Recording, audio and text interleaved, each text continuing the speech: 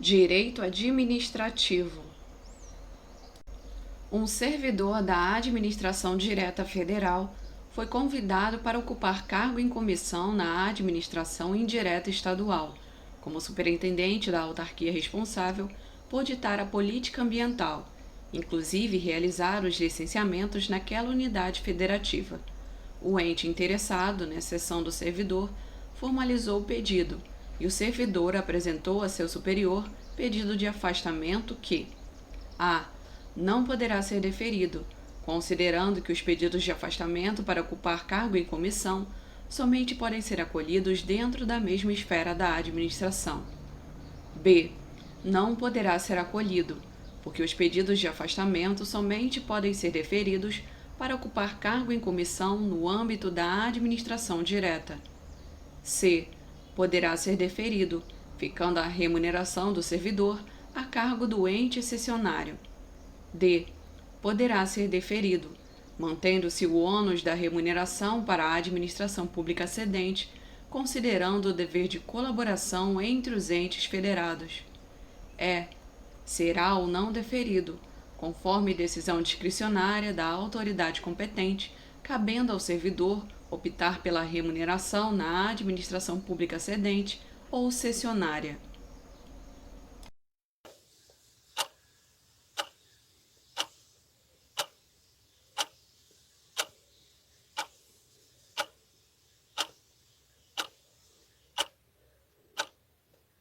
Resposta C. Poderá ser deferido, ficando a remuneração do servidor a cargo do ente cessionário. Considere que, hipoteticamente, a autarquia federal Y entendeu por bem realizar concurso público para provimento de cargos públicos vagos previstos em sua estrutura organizacional, estabelecendo no edital que nos 3 primeiros anos de exercício os investimentos nos cargos públicos correlatos não perceberiam vencimentos. A previsão estabelecida no edital, nos termos da Lei 8.112 de 90, a. é válida, pois, dada a conjuntura econômica do país, se faz permitida a prestação de serviços federais gratuitos. B. É válida, pois durante o estágio probatório, que coincide com os 3 primeiros anos de exercício, os servidores não percebem vencimentos, mas indenização e ajuda de custos. C. É nula, pois os cargos públicos são criados por lei com vencimentos pagos pelos cofres públicos, não havendo que se falar na prestação de serviços gratuitos nesta hipótese. D. É nula, pois a prestação de serviços gratuitos à União encontra limite temporal de 2 anos, no máximo. E. É válida, em razão de se tratar de concurso para provimento de cargo da Administração Pública Federal indireta, hipótese em que, desde que haja previsão em edital, é permitida a prestação de serviços gratuitos por período a ser acordado entre as partes.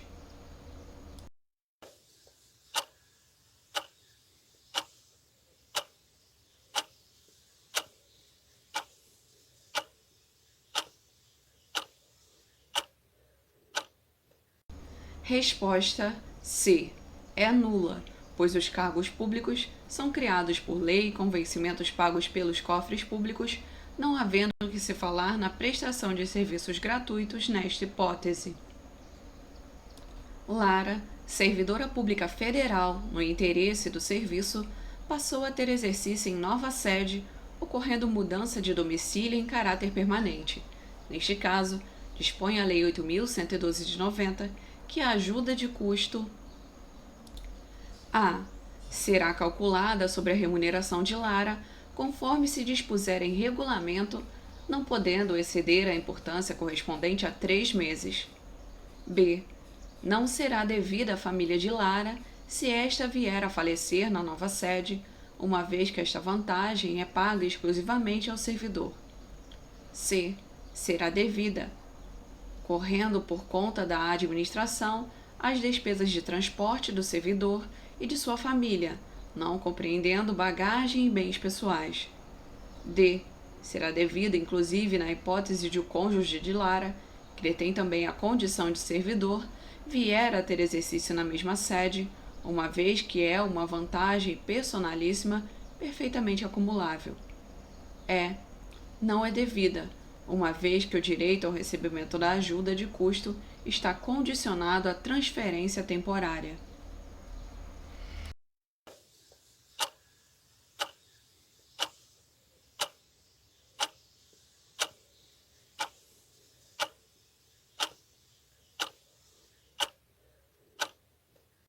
Resposta A. Será calculada sobre a remuneração de Lara, conforme se dispuser em regulamento, não podendo exceder a importância correspondente a 3 meses. Suponha que determinado servidor público federal tenha solicitado licença para tratar de interesses particulares, a qual, contudo, restou negada pela administração. Entre os possíveis motivos legalmente previstos para a negativa, nos termos disciplinados pela Lei 8.112 de 90, se inserem 1.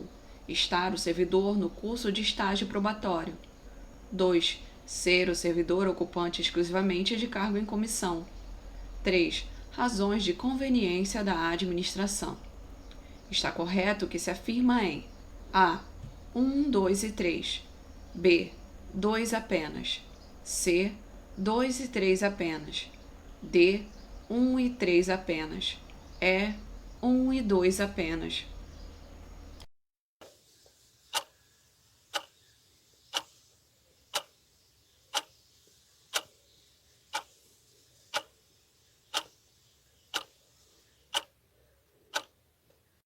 Resposta A. 1, 2 e 3. De acordo com a Lei 8.112 de 90, o servidor que, a serviço, afastar-se da sede em caráter eventual ou transitório para outro ponto do território nacional ou para o exterior, a. terá direito ao recebimento de diária, sendo que, na hipótese de o servidor retornar à sede em prazo menor do que o previsto para o seu afastamento, não terá a obrigatoriedade de restituir o que recebeu em excesso, uma vez que a diária é devida em razão do deslocamento e não do tempo de permanência, recebendo o excesso a título de indenização. B. Não terá direito ao recebimento de diária, uma vez que a diária só é devida nos casos em que o deslocamento da sede constituir exigência permanente do cargo e não eventual ou temporária. C. Terá direito ao recebimento de diária, sendo que, na hipótese de o servidor receber diárias e não se afastar da sede por qualquer motivo, fica obrigada a restituí-las integralmente no prazo de 60 dias. D. Terá direito ao recebimento de diária somente na hipótese de afastamento dentro do território nacional, sendo indevida por expressa vedação legal quando o deslocamento ocorrer para o exterior. E. Terá direito ao recebimento de diária, que será concedida por dia de afastamento, sendo devida pela metade quando o deslocamento não exigir pernoite fora da sede ou quando a União custear, por meio diverso, as despesas extraordinárias cobertas por diárias.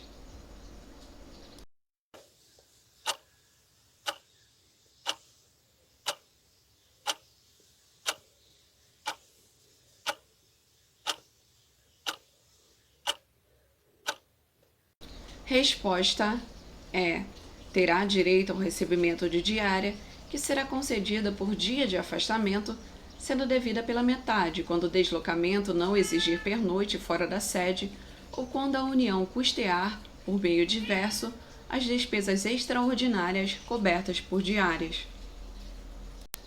Breno, servidor público ocupante de cargo efetivo, viajou a Fortaleza a trabalho por alguns dias.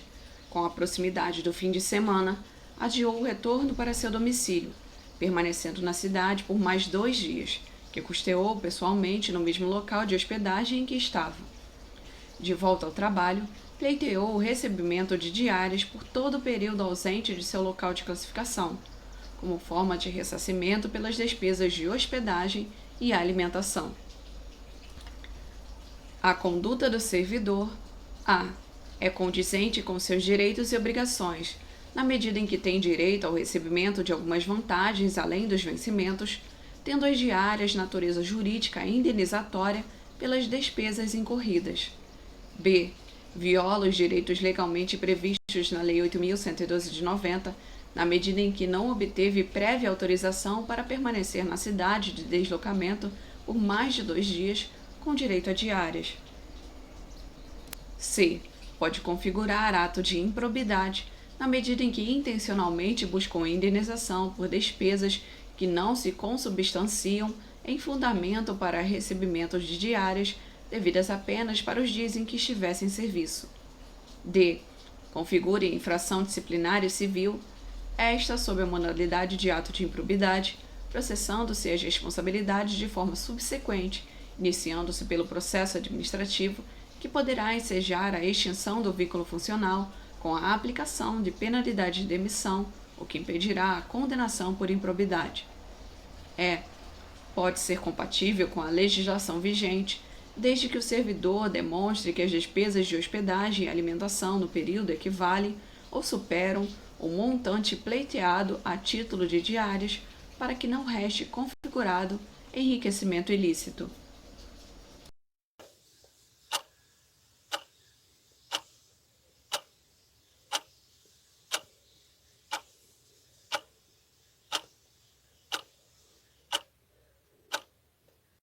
Resposta C.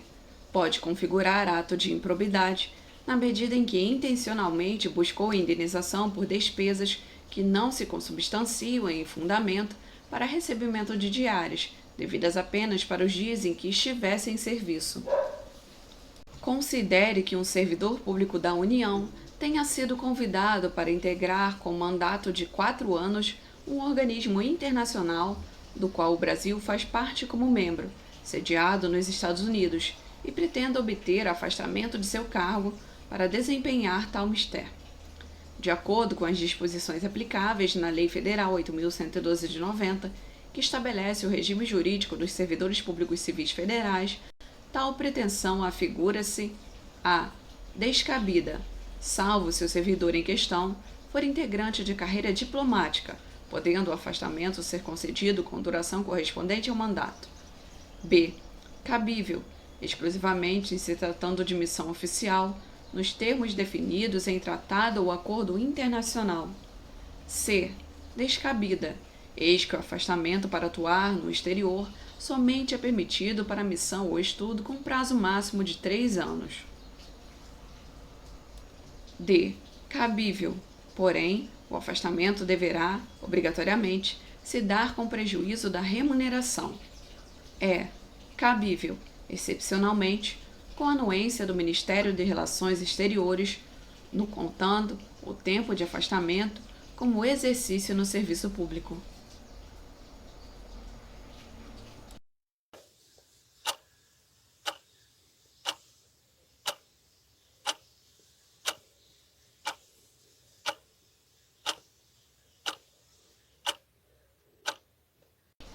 Resposta D.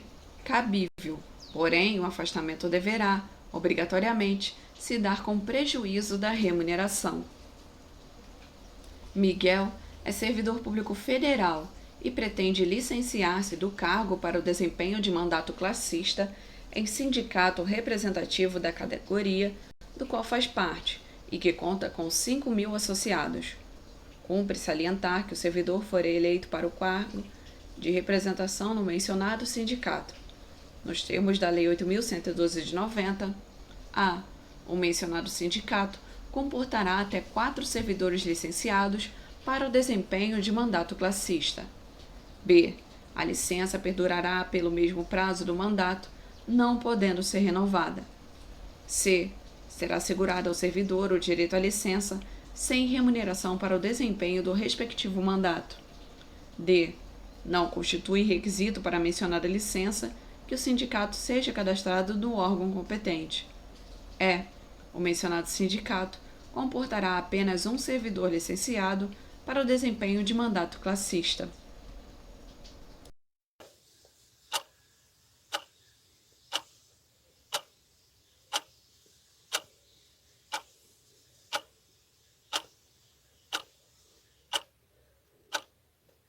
Resposta C. Será assegurado ao servidor o direito à licença sem remuneração para o desempenho do respectivo mandato. Joaquim é servidor público federal e está cursando o 3º ano da Faculdade de Direito da sua cidade. Ocorre que Joaquim terá que mudar de sede, no interesse da administração pública, nos termos da Lei 8.112 de 90, desde que preenchidos os demais requisitos legais, será assegurada a matrícula em instituição de ensino congênere. A. Apenas no início do próximo ano letivo e desde que exista vaga, arcando a administração com eventual prejuízo pelo período em que eventualmente fique sem estudar. B. Na localidade da nova residência ou na mais próxima e em qualquer época do ano, independentemente de vaga. C. Exclusivamente na localidade da nova residência e independentemente de vaga. D. Em qualquer época do ano, mas desde que exista vaga, arcando a administração com eventual prejuízo pelo período em que eventualmente fique sem estudar. E. Apenas no início do próximo ano letivo, independentemente de vaga.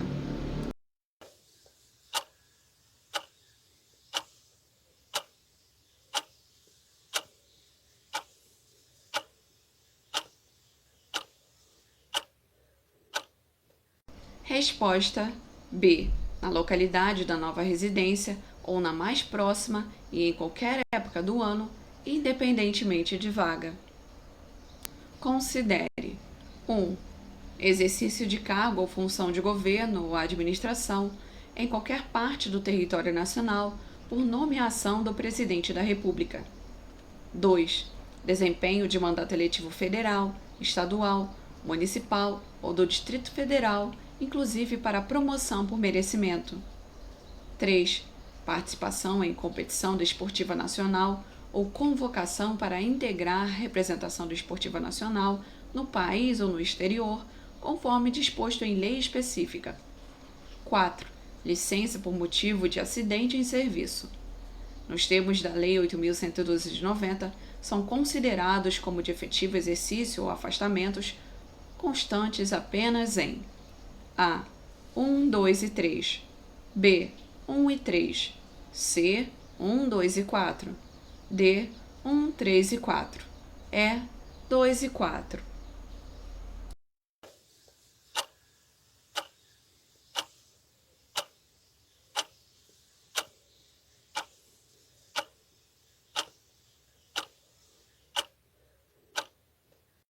Resposta D.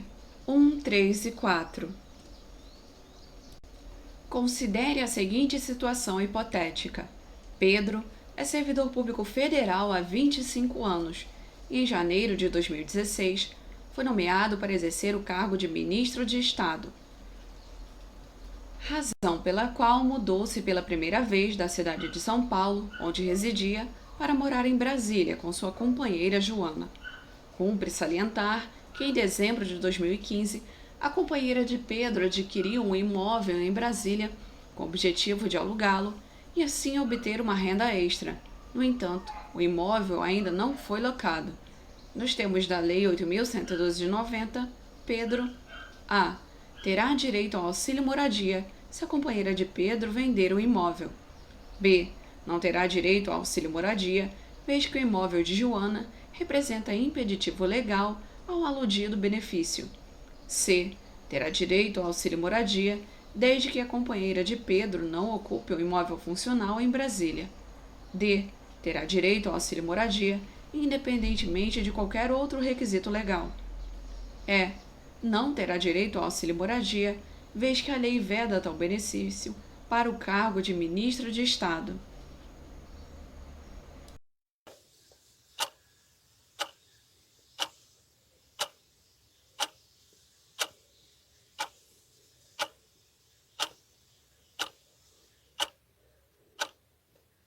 Resposta B. Não terá direito ao auxílio moradia, vez que o imóvel de Joana representa impeditivo legal ao aludir do benefício. Considere a seguinte situação hipotética.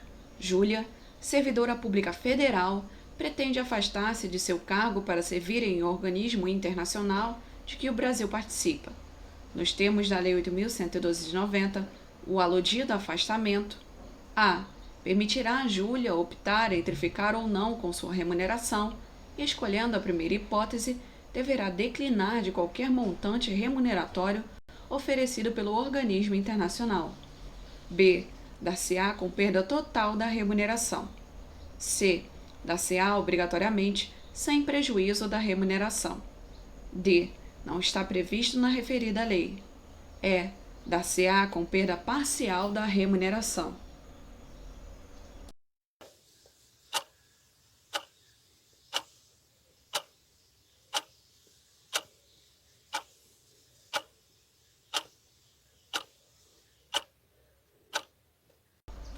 Resposta B. Dar-se-á com perda total da remuneração. Zeus é servidor público titular de cargo efetivo no tribunal há 5 anos, incluindo, nesse lapso temporal, o período de estágio probatório. Zeus pretende afastar-se de seu cargo para a realização de programa de pós-doutorado. Hércules é servidor público titular de cargo efetivo no mesmo tribunal há 3 anos e meio, incluído nesse lapso temporal o período de estágio probatório, e pretende afastar-se de seu cargo para a realização de programa de doutorado, nos termos da Lei 8.112 de 90, e desde que preenchidos os demais requisitos legais, poderão afastar-se com a respectiva remuneração. A. Ambos os servidores. B. Apenas Zeus, pois o afastamento pretendido por Hércules exige que o servidor seja titular de cargo efetivo há pelo menos 4 anos, incluído o período de estágio probatório. C. Apenas Hércules, pois o afastamento pretendido por Zeus exige que o servidor seja titular de cargo efetivo há pelo menos 6 anos, incluído o período de estágio probatório. D. Nenhum dos servidores. E. Apenas Zeus, pois o afastamento pretendido por Hércules exige que o servidor seja titular de cargo efetivo há pelo menos 5 anos, incluído o período de estágio probatório.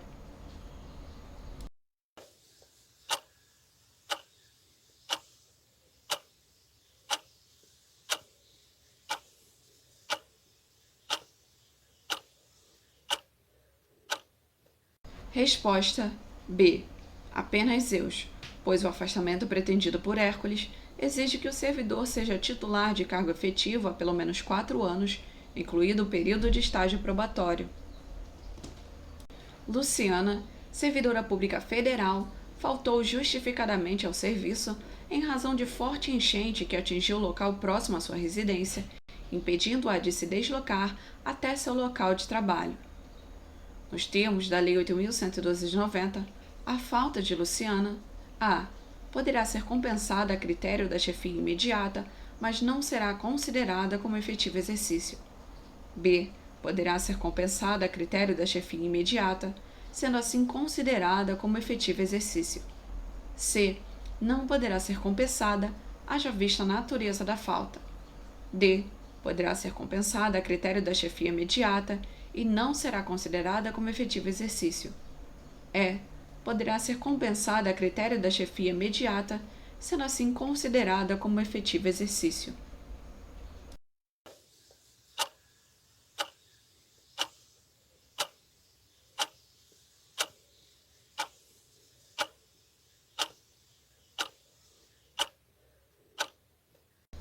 Resposta B. Poderá ser compensada a critério da chefia imediata, sendo assim considerada como efetivo exercício.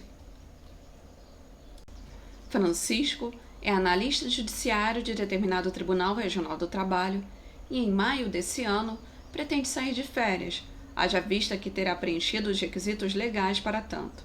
A propósito do tema e nos termos da Lei 8.112 de 90, a. Admite-se levar à conta de férias as faltas ao serviço, justificadas e não justificadas. B. Francisco fará jus a 30 dias de férias, que podem ser acumuladas até um máximo de 2 períodos, no caso de necessidade do serviço, ressalvadas as hipóteses em que haja legislação específica. C. As férias não poderão ser parceladas, sendo obrigatório o gozo do período inteiro das férias, sob pena de responsabilidade do servidor. D. As férias não podem ser interrompidas, salvo única e exclusivamente por motivo de necessidade do serviço declarada pela autoridade máxima do órgão ou entidade. Admite-se gozo de férias antes de completado o primeiro período aquisitivo, isto é, antes de 12 meses de exercício, iniciando-se novo período aquisitivo a partir do término do gozo das férias.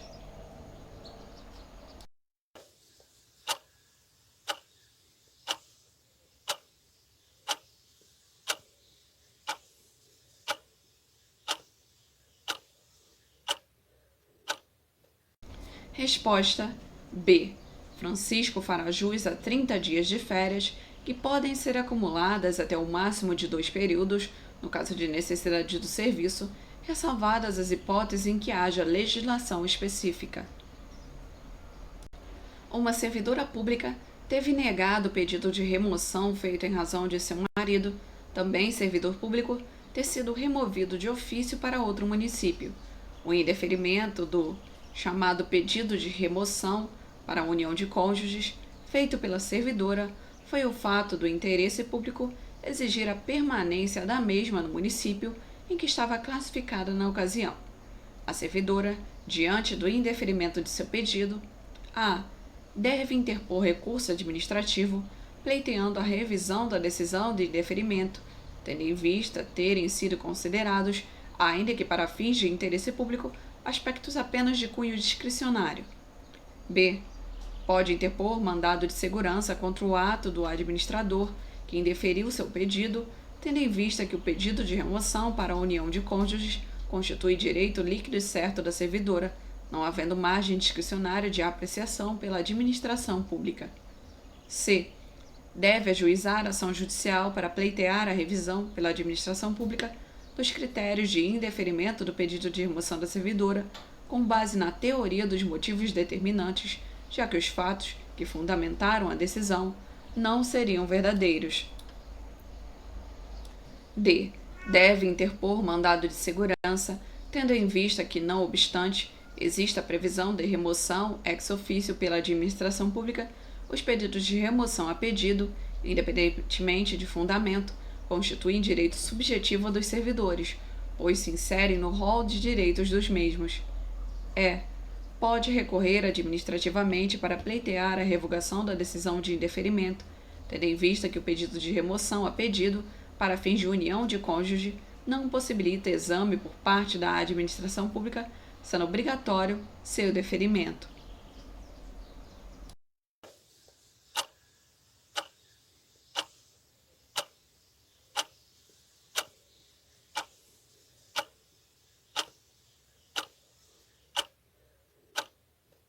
Resposta B. Pode interpor mandado de segurança contra o ato do administrador que indeferiu seu pedido, tendo em vista que o pedido de remoção para a união de cônjuges constitui direito líquido e certo da servidora, não havendo margem discricionária de apreciação pela administração pública. Dentre as vantagens expressamente previstas na Lei 8.112 de 90 para os servidores, além dos vencimentos já previstos para a remuneração, a gratificação natalina é a única vantagem que integra os vencimentos para fins de cálculo de outras vantagens adicionais. B. O fato gerador do adicional de insalubridade, em razão de sua distinção, não elide que o servidor perceba também o adicional de periculosidade, mas somente este último pode integrar a remuneração dos servidores. C. Tanto o adicional de insalubridade quanto o adicional de periculosidade integram a remuneração dos servidores, quando configura a habitualidade por tempo superior ao previsto para o estágio probatório definido para o cargo ocupado. D. O adicional por serviço extraordinário é obrigatoriamente remunerado, com acréscimo em relação à hora normal de trabalho, não admitindo integração à remuneração em razão de sua natureza indenizatória. A gratificação natalina não é considerada para fins de cálculo de outras vantagens pecuniárias, mas não afasta o pagamento do adicional de insalubridade ou de periculosidade, cabendo ao servidor, entretanto, optar por um dentre esses últimos.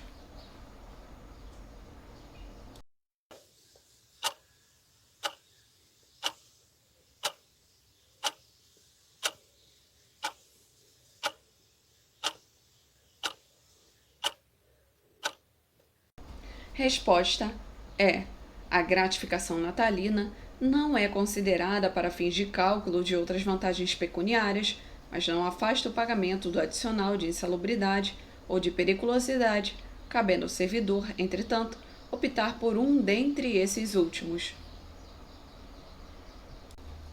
Carlos, servidor público do Tribunal Regional Federal da Terceira Região, foi designado para exercer função de confiança no mencionado tribunal. Cumpre salientar, todavia, que quando houve a publicação do ato de designação para a função de confiança, Carlos estava de licença. Nessa hipótese, conforme preceitua a Lei 8.112 de 90, o início do exercício da função de confiança recairá no a.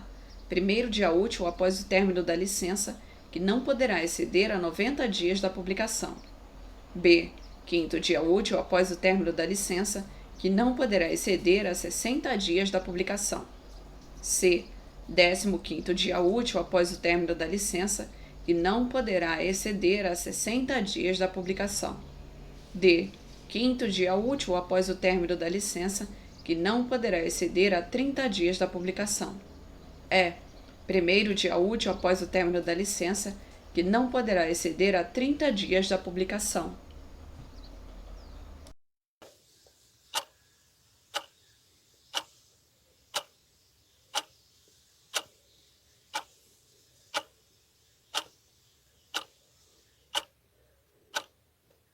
Resposta é: primeiro dia útil após o término da licença, que não poderá exceder a 30 dias da publicação. Mário é analista do Tribunal Regional Federal da Terceira Região, ainda em estágio probatório, e pretende licenciar-se para tratar de interesses particulares. Já Alessandra, também analista do Tribunal Regional Federal da Terceira Região, obteve licença para tratar de interesses particulares há 1 ano e pretende que sua licença perdure por mais 3 anos. Nos termos da Lei 8.112 de 90, Mário a. não tem direito à mencionada licença e Alessandra poderá licenciar-se pelo prazo máximo de 3 anos consecutivos. b. faz uso da mencionada licença, desde que preenchidos os demais requisitos legais, e Alessandra poderá licenciar-se pelo prazo máximo de 2 anos consecutivos. c. não tem direito à mencionada licença e Alessandra poderá licenciar-se pelo prazo máximo de 5 anos consecutivos ou não. d. faz uso da mencionada licença, desde que preenchidos os demais requisitos legais, e Alessandra poderá licenciar-se pelo prazo máximo de 5 anos consecutivos. e. não faz jus à mencionada licença e Alessandra poderá licenciar-se pelo prazo máximo de 2 anos consecutivos.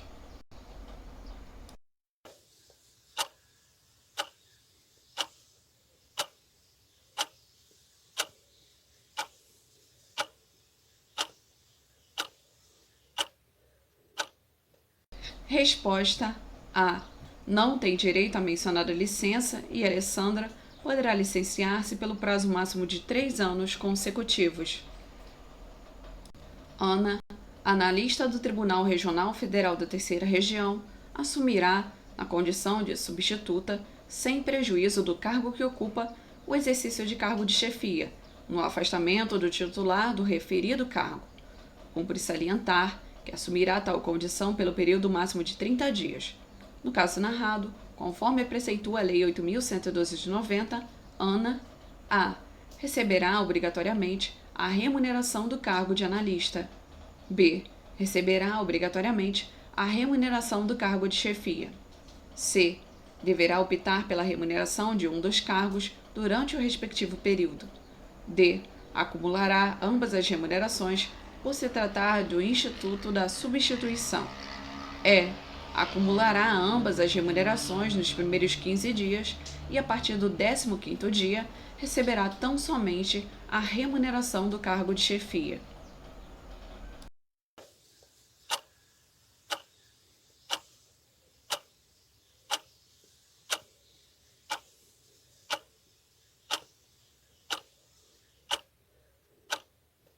Resposta C. Deverá optar pela remuneração de um dos cargos durante o respectivo período. Aristides, analista do Tribunal Regional Federal da Terceira Região, foi cedido ao Tribunal de Justiça do Estado de São Paulo para o exercício de cargo em comissão. No caso narrado, nos termos da Lei 8.112 de 90, o ônus da remuneração será a. Compartilhado por ambos os tribunais. No entanto, o Tribunal de Justiça arcará com 1/3 da remuneração e o Tribunal Regional Federal com o restante. B. Do Tribunal Regional Federal da Terceira Região. C. Compartilhado por ambos os tribunais, arcando cada um com metade da remuneração. D.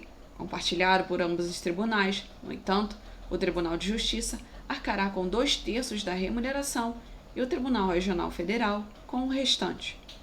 E. Do Tribunal de Justiça do Estado de São Paulo.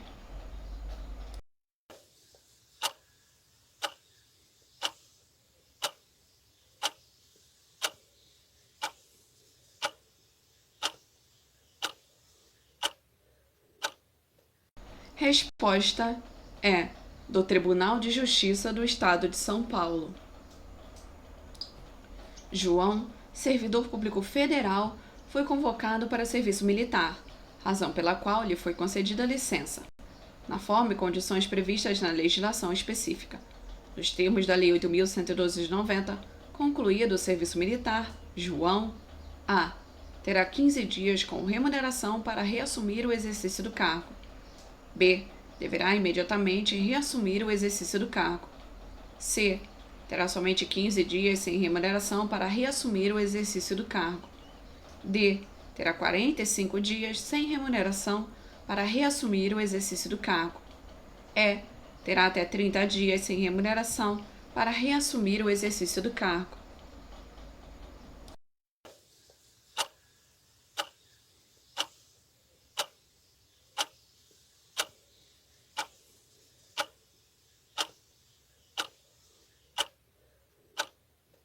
Resposta é: terá até 30 dias sem remuneração para reassumir o exercício do cargo. Considere as 3 situações. 1. Cláudio, servidor público federal, afastou-se da sua sede de trabalho em caráter eventual e transitório para outro ponto do território nacional. Entretanto, o mencionado deslocamento não exige pernoite fora da sede. 2. Já Manuela, também servidora pública federal, afastou-se da sua sede de trabalho em caráter eventual e transitório para o exterior. 3. Por fim, Rômulo, também servidor público federal, afastou-se da sua sede de trabalho em caráter eventual e transitório, sendo mencionado deslocamento dentro da mesma região metropolitana e não exigindo pernoite fora da sede. Nos termos da Lei 8.112 de 90, as diárias são devidas a. Em nenhum dos casos narrados. B. Apenas nos itens 2 e 3, sendo em ambos os casos devidas integralmente. C. Nos itens 1, 2 e 3, sendo que em todos os casos devidas integralmente. D. Apenas nos itens 1 e 3, sendo no item 3 devidas pela metade. E. Apenas nos itens 1 e 2, sendo no item 1 devidas pela metade.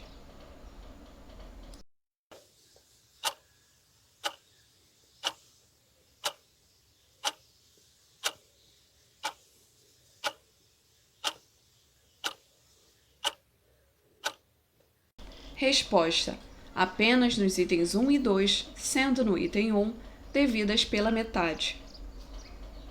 No que concerne à licença por motivo de doença em pessoa da família, prevista na Lei 8.112 de 90, considere: 1.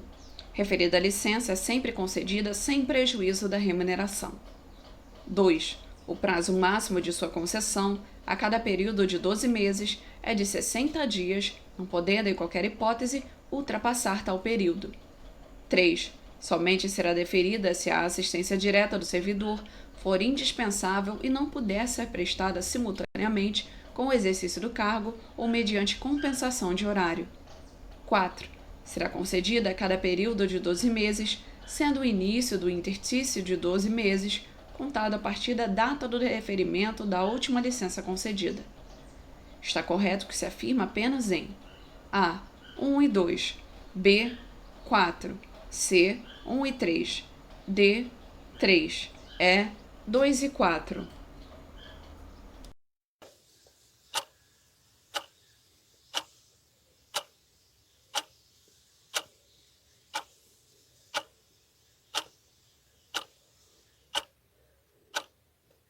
Resposta D. 3. Marlene é servidora pública do Tribunal Regional do Trabalho da 14ª Região e pretende doar sangue. Gilberto, também servidor público do Tribunal Regional do Trabalho da 14ª Região, irá se casar nos próximos dias. Nos termos da Lei 8.112 de 90, poderão os citados servidores ausentar-se do serviço sem qualquer prejuízo, respectivamente, por a. 1 dia e 10 dias consecutivos. B. 2 dias e 10 dias consecutivos. C. 1 dia e 9 dias consecutivos. D. 2 dias e 7 dias consecutivos. E. 1 dia e 8 dias consecutivos.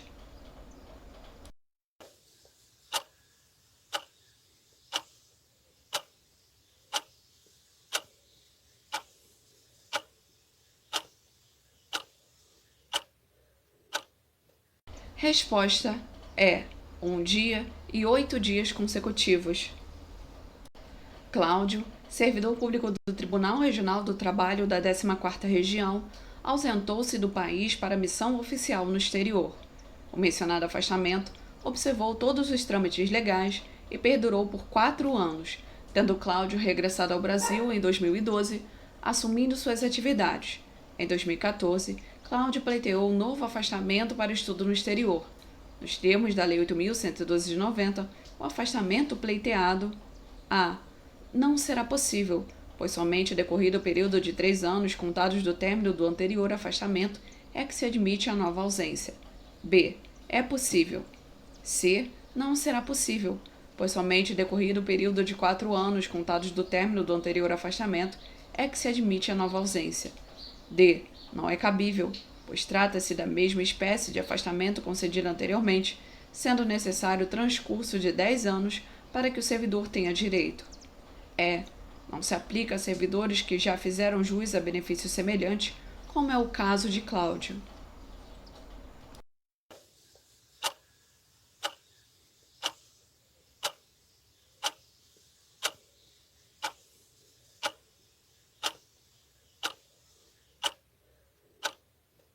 Resposta C.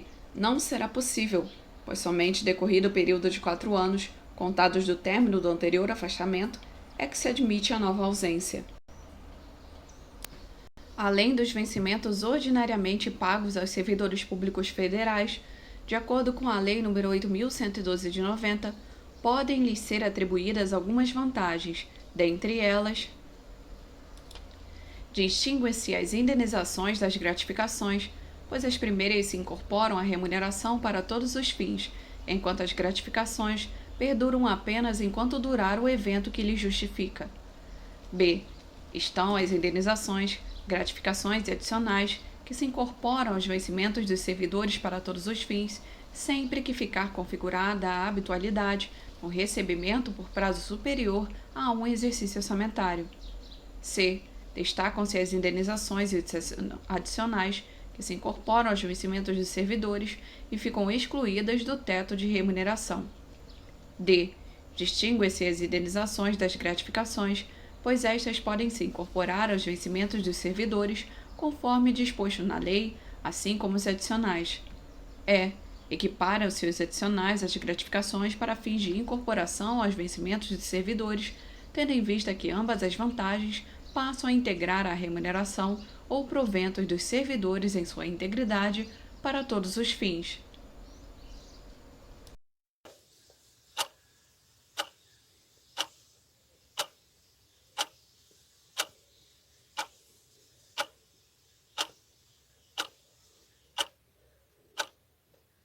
Resposta D.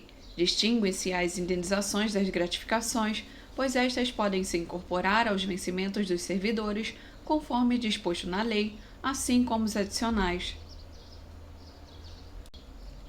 Mara, servidora pública federal, pleiteou licença de seu cargo público para acompanhar seu companheiro Mauro, também servidor público federal, que fora deslocado do Mato Grosso para o estado do Acre. Nos termos da Lei 8.112 de 90, a licença pleiteada, a. Caso concedida, será por prazo determinado e sem remuneração. B. Não é cabível, por ausência de previsão legal. C. Caso concedida, será por prazo indeterminado e sem remuneração. D. Caso concedida, será por prazo determinado e com remuneração. E. Não é cabível, pois só se aplica entre cônjuges.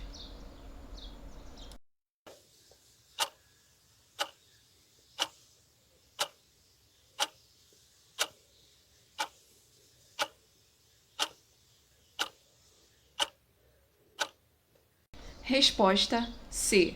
Caso concedida, será por prazo indeterminado e sem remuneração. Gabriel, servidor público federal, exerceu seu direito de petição em defesa de interesse legítimo, em razão do indeferimento de seu requerimento. Formulou o pedido de reconsideração à autoridade competente. Nos termos da Lei 8.112 de 90, o pedido de reconsideração a. Interrompe a prescrição. B. Pode ser renovado uma única vez. C. Deve ser interposto no prazo de 15 dias, a contar da publicação ou da ciência pelo interessado da decisão que pretende ver reconsiderada. D. Deve ser decidido dentro do prazo máximo de 90 dias.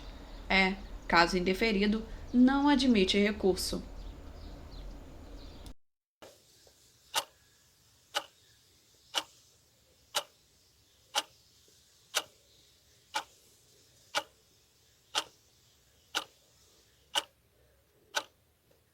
Resposta A. Interrompe a prescrição. No que concerne à licença para capacitação profissional, prevista na Lei 8.112 de 90, considere 1.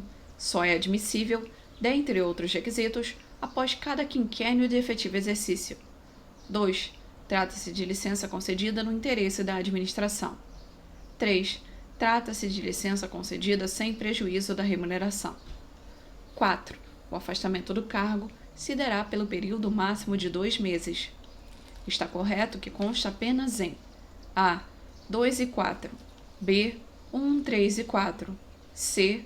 1 e 3, D. 1, 2 e 3, E. 2, 3 e 4.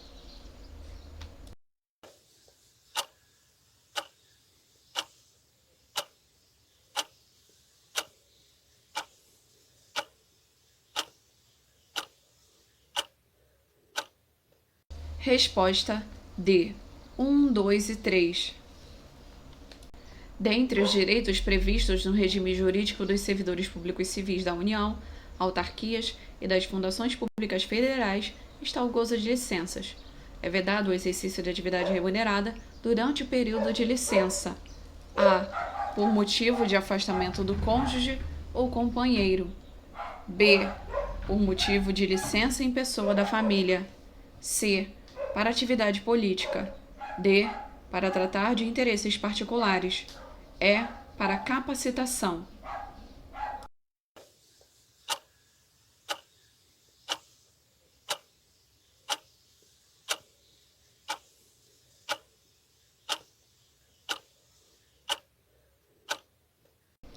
Resposta B. Por motivo de doença em pessoa da família. Considere as seguintes situações. 1. Servidor federal passou a ter exercício em nova sede no interesse da administração. Essa mudança foi em caráter permanente e ele foi obrigado a realizar despesas com sua instalação. 2. Servidor federal realizou viagem a Brasília, fora de sua sede, em caráter transitório, tendo realizado despesas com passagens aéreas e alimentação. 3. Servidor federal se deslocou a município localizado dentro da região metropolitana em que está localizada a sua sede para realizar trabalho que é exigência permanente do cargo por ele ocupado. Nos termos da Lei 8.112 de 90, o servidor fará jus às diárias em A. 1 apenas, B. 2 e 3 apenas, C. 1, 2 e 3, D. 2 apenas, E. 3 apenas.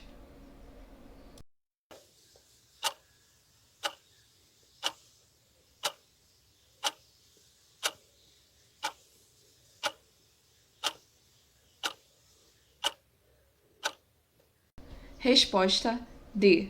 2 apenas. Considere as seguintes situações relacionadas a licenças tiradas por servidor federal. 1. Por motivo de doença do cônjuge, comprovada por perícia médica oficial e com a necessidade de sua assistência direta por 30 dias não consecutivos. 2. Para acompanhar cônjuge que foi deslocado para outro ponto do território nacional por tempo indeterminado. 3.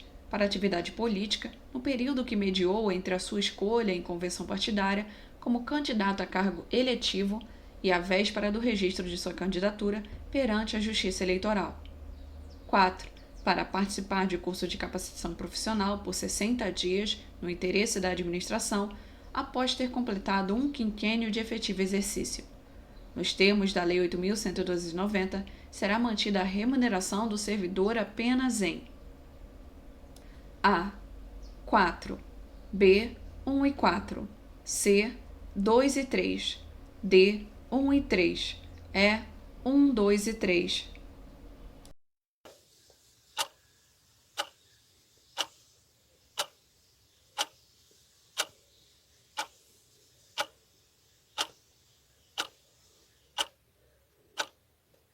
Resposta B. 1 e 4. De acordo com a Lei 8.112 de 90, o servidor que a serviço afastar-se da sede em caráter eventual ou transitório para outro ponto do território nacional ou para o exterior fará jus a passagens e diárias destinadas a indenizar as parcelas de despesas extraordinárias com pousada, alimentação e locomoção urbana conforme dispuser em regulamento, quando o deslocamento não exigir pernoite fora da sede. A diária é devida em 70%. B. A diária é devida pela metade. C. Só será devido o pagamento de diária, ainda que não integral, se o afastamento superar 20 km. D. Não é devido o pagamento de diária. E. Só será devido o pagamento de diária, ainda que não integral, se o afastamento superar 30 km.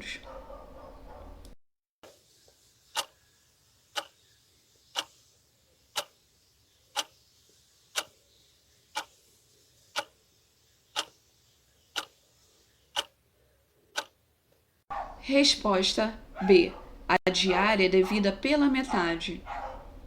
De acordo com a Lei 8.112 de 90, a ajuda de custo destinada a compensar as despesas de instalação do servidor que, no interesse do serviço, passar a ter exercício em nova sede com mudança de domicílio em caráter permanente, na hipótese do servidor se afastar do cargo ou reassumi-lo em virtude do mandato eletivo.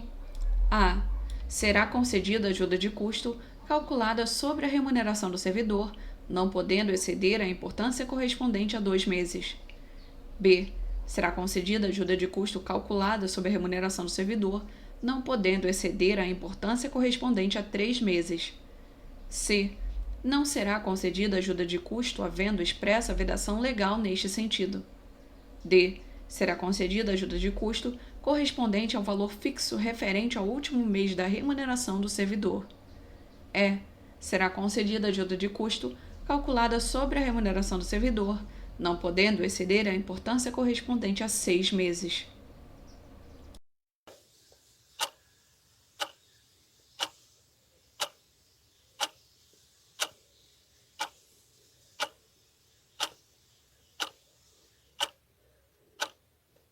Resposta C. Não será concedida ajuda de custo, havendo expressa vedação legal neste sentido. O auxílio moradia A. Possui valor mensal limitado a 25% do valor do cargo em comissão, função comissionada ou cargo de ministro de Estado ocupado. B. Será concedido ao servidor, mesmo na hipótese de outra pessoa que resida com o servidor esteja recebendo o referido auxílio, exceto se cônjuge. C. Cessará imediatamente no caso de falecimento ou exoneração. D.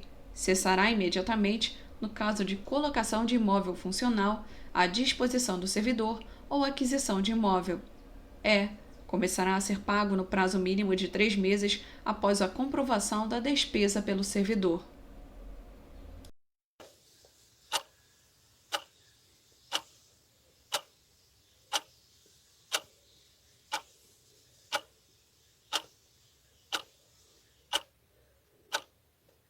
Resposta A. Possui valor mensal limitado a 25% do valor do cargo em comissão, função comissionada ou cargo de ministro de Estado ocupado. O direito de petição previsto na Lei 8.112 de 90. A. Assiste somente a servidores titulares de cargo efetivo, tendo em vista que os servidores comissionados e os ocupantes de emprego público não se submetem ao princípio do concurso público para ingresso no serviço público. B. Deve ser sempre dirigido à autoridade imediatamente superior ao servidor, em razão do poder hierárquico e disciplinar dos quais é dotado, o que abrange análise de legalidade e de conveniência e oportunidade sobre o requerimento pretendido. C. Deve ser encaminhado pela autoridade imediatamente superior ao requerente, que não pode emitir juízo de valor sobre o pedido, vedado, no entanto, pedido de reconsideração ou recurso em face da decisão da autoridade competente, posto que não se trata de processo administrativo, onde presente o princípio do contraditório e da ampla defesa. D. Deve ser exercido sem que o requerente tenha vista do processo a que se refere o pedido, salvo se diante de processo disciplinar, em que esse direito é garantido aos servidores desde a instauração. É direito do servidor e admite interposição de pedido de reconsideração e de recurso contra a decisão proferida pela autoridade competente, correndo, no entanto, prescrição para exercício do direito de petição.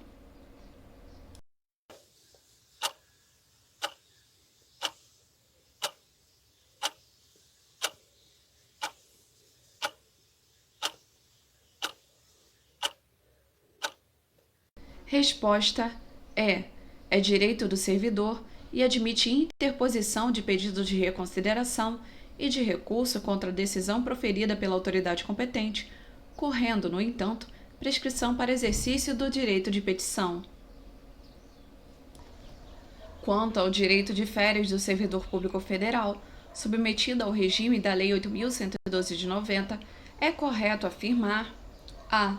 O servidor titular de cargo efetivo fará jus a 30 dias de férias, que não poderão ser acumuladas, mesmo no caso de necessidade do serviço, por se tratar de direito constitucional atribuído aos trabalhadores urbanos e rurais, extensível ao servidor público.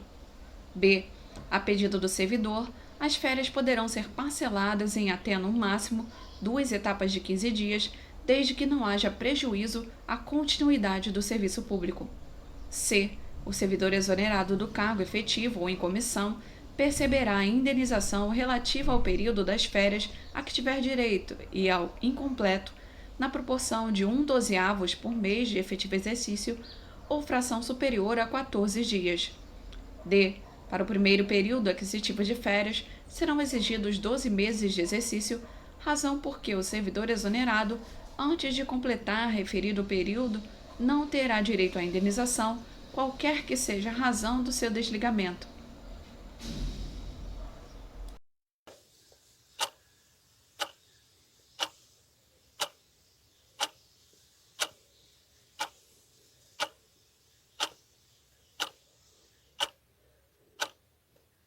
Resposta C. O servidor exonerado do cargo efetivo ou em comissão perceberá a indenização relativa ao período das férias a que tiver direito e ao incompleto, na proporção de 1/12 por mês de efetivo exercício ou fração superior a 14 dias. Após regular processo administrativo disciplinar, garantidos ao servidor público federal investigado o exercício do contraditório e da ampla defesa, restaram cabalmente comprovadas a materialidade e a autoria de infração disciplinar descrita na portaria inaugural, punível com demissão, nos termos da Lei 8.112 de 90.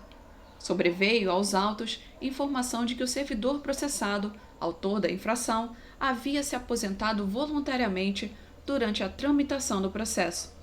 A autoridade competente, conforme estabelece a Lei 8.112 de 90, em razão da precedente aposentadoria, deverá aplicar a pena de demissão, mitigando-a para suspensão por 90 dias e determinando sua anotação no prontuário do servidor para resguardo dos direitos da administração. B. deverá aplicar a pena de cassação de aposentadoria, mas, ato contínuo, cancelar seu registro com efeitos retroativos à data da passagem para a inatividade. C.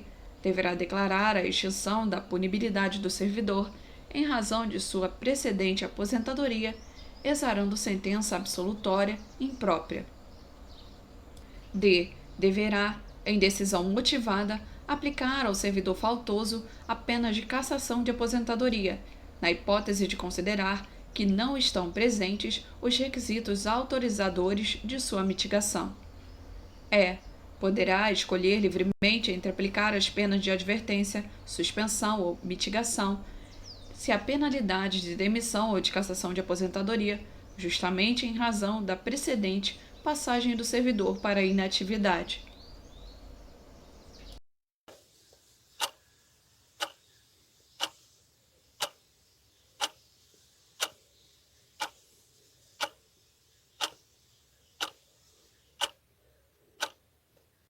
Resposta D.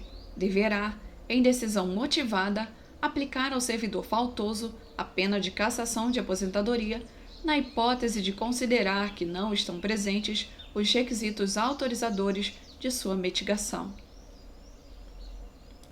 De acordo com a Lei 8.112 de 90, como medida cautelar e a fim de que o servidor não venha a influir na apuração da irregularidade, a autoridade instauradora do processo disciplinar poderá determinar o seu afastamento do exercício do cargo pelo prazo de até 60 dias, sem prejuízo da remuneração. Ocorrendo o término desses 60 dias, a. Deverá o servidor retornar ao serviço imediatamente, ainda que não concluído o processo. B. O afastamento poderá ser prorrogado por igual prazo, fim do qual cessarão os seus efeitos, ainda que não concluído o processo. C. O afastamento poderá ser prorrogado por igual prazo, fim do qual cessarão os seus efeitos, exceto se o processo não tiver sido concluído, hipótese em que poderá ser prorrogado pelo prazo máximo de 180 dias. D.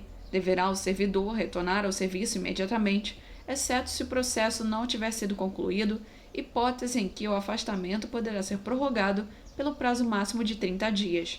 E.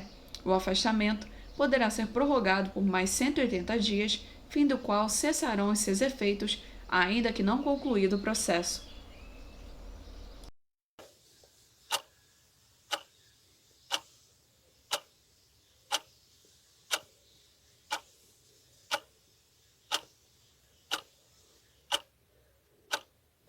Resposta B.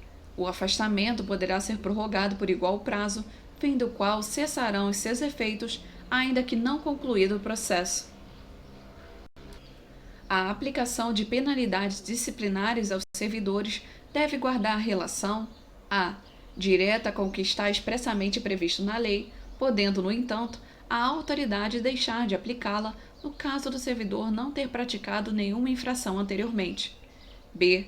Não só com a natureza e a gravidade da infração cometida, mas também com os danos que ela causar ao servidor público. C. Com a gravidade do ato, a exemplo da penalidade de demissão, que somente pode ser aplicada em caso de reincidência. D.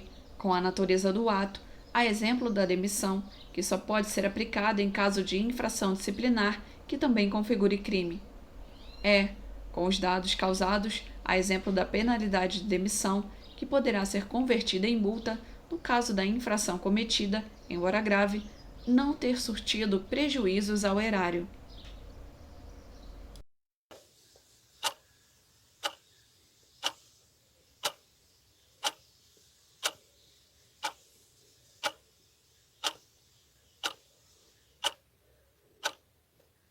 Resposta B. Não só com a natureza e a gravidade da infração cometida, mas também com os danos que ela causar ao serviço público. Considere: 1. Na sua aplicação serão consideradas a natureza e a gravidade da infração cometida, os danos que dela provierem para o serviço público, as circunstâncias agravantes ou atenuantes e os antecedentes funcionais. 2. O ato que as impõe mencionará, se for o caso, o fundamento legal e a sua causa. 3. devem ser impostas pela autoridade com atribuição legal para tanto. 4.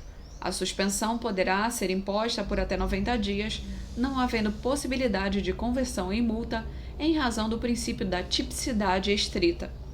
No que concerne às penalidades disciplinares cuidadas da Lei 8.112 de 90, está correto que se afirma apenas em A. 1, 2 e 3, B. 1, 2 e 4, C. 1 e 3, D. 2, 3 e 4, E. 3 e 4.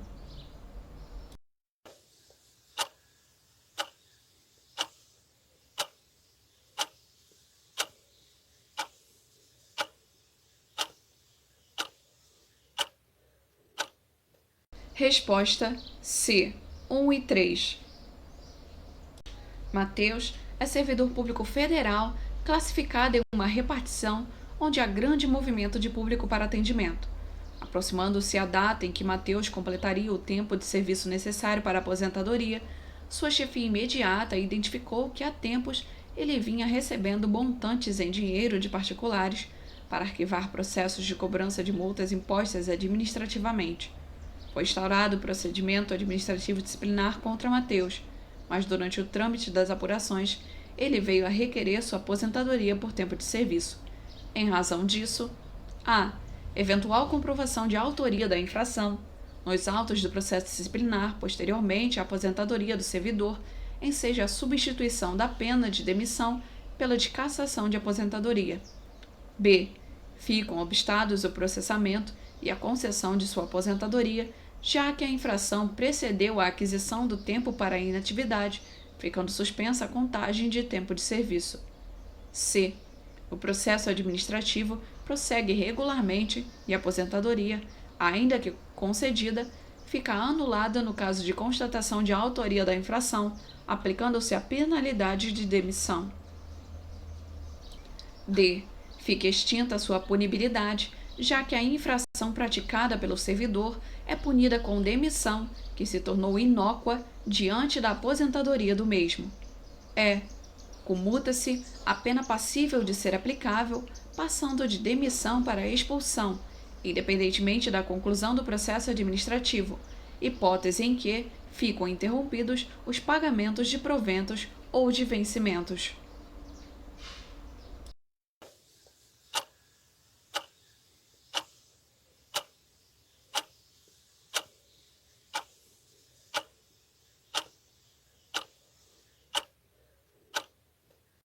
Resposta A. Eventual comprovação de autoria da infração nos autos do processo disciplinar, posteriormente à aposentadoria do servidor, enseja a substituição da pena de demissão pela de cassação de aposentadoria.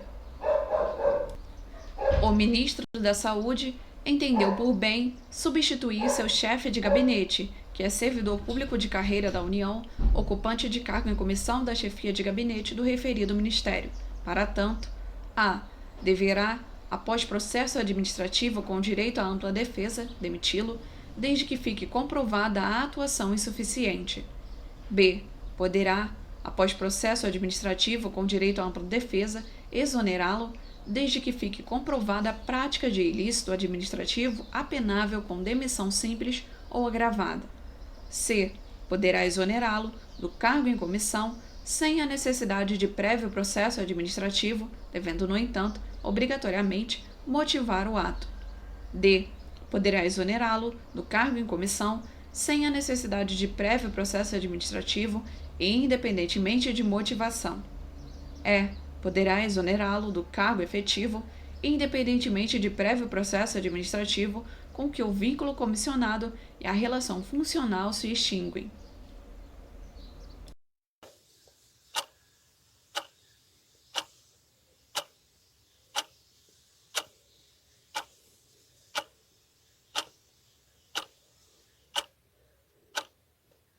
Resposta D. Poderá exonerá-lo do cargo em comissão sem a necessidade de prévio processo administrativo e independentemente de motivação. Entre as semelhanças e distinções possíveis de serem indicadas para os ocupantes de cargos e empregos públicos está a. possibilidade de submissão a regime público da aposentadoria, independentemente da natureza jurídica do ente ao qual estão vinculados, desde que previsto na lei de criação do ente. B. Obrigatoriedade, para ambos, de se submeterem a estatuto disciplinar, contendo direitos e deveres, estes que, se violados, dão lugar a processo disciplinar para aplicação de penalidades, exigindo-se participação de advogado para imposição de pena de demissão. C. Obrigatoriedade de prévia submissão a concurso público de provas e títulos, sendo que, no caso de empregados públicos, desde que, da lei que cria o ente que integra a administração indireta, tenha constado essa exigência. D. Responsabilidade objetiva para os funcionários públicos, à semelhança do imposto para a administração direta, enquanto remanesce a modalidade subjetiva para os ocupantes de emprego público e seus empregadores. E. Possibilidade dos empregados públicos serem demitidos por decisão motivada, não sendo necessário processo disciplinar, tal qual exigido para os funcionários públicos efetivos.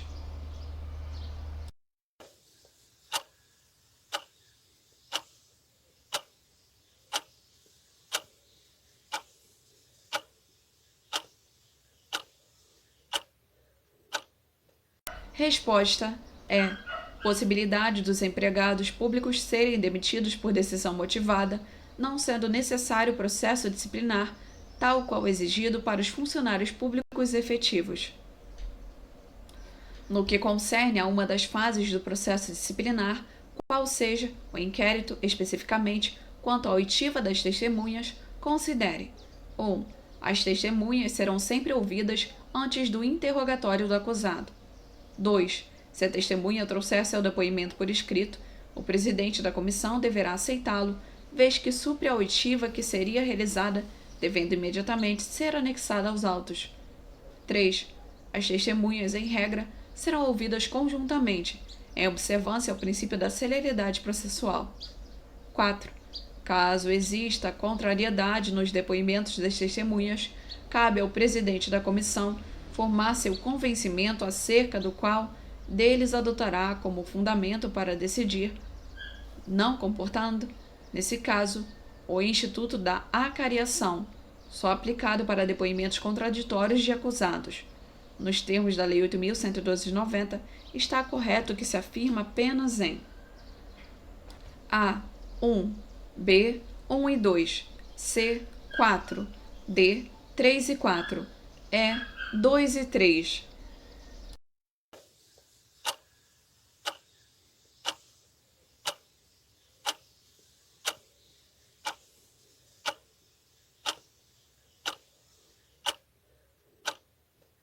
Resposta A. 1. Cláudia e Joana são servidoras públicas federais, tendo praticado faltas disciplinares no exercício de suas atribuições. Cláudia faltou ao serviço sem causa justificada por 60 dias interpoladamente durante período de 12 meses. Joana, histórico exemplar, vez que nunca sofrera qualquer penalidade administrativa, opôs resistência injustificada à execução de determinado serviço. Cumpre salientar que ambas as servidoras ainda não foram processadas administrativamente, embora a administração já tenha conhecido dos fatos praticados. Nos termos da Lei 8.112/90, as ações disciplinares relativas às infrações praticadas pelas servidoras prescreverão em A. 5 anos e 2 anos, respectivamente, contados tais prazos a partir da data em que os fatos se tornaram conhecidos pela administração. B. 2 anos e 180 dias, respectivamente, contados tais prazos a partir da data em que os fatos se tornaram conhecidos pela administração. C. 5 anos e 180 dias, respectivamente, contados tais prazos a partir da data em que os fatos se tornaram conhecidos pela administração. D. 2 anos, contado tal prazo, da data em que praticadas as condutas. E. 5 anos, contado tal prazo, da data em que praticadas as condutas.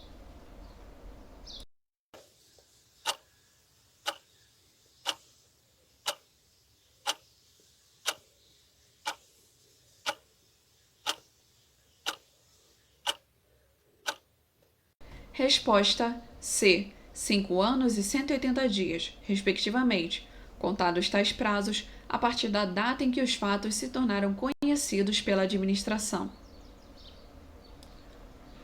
Caroline, servidora pública federal, sofreu penalidade de demissão após a conclusão de processo disciplinar.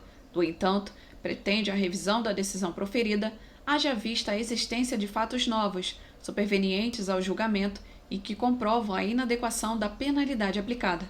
Para tanto, pleiteou a revisão do processo disciplinar. Nos termos da Lei 8.112 de 90, o processo revisional a. será julgado pela mesma autoridade que aplicou a penalidade. B. Correrá nos mesmos autos do processo disciplinar originário. C. Será julgado no prazo máximo de 15 dias, contados do recebimento do processo. D. Traz o ônus da prova compartilhado, ou seja, cabe à requerente e à administração pública angariar elementos para evidenciar a inadequação da penalidade aplicada. E. Não terá comissão para a condução do feito, ao contraditório do que existe no processo disciplinar, em que é constituída comissão composta por 3 servidores estáveis.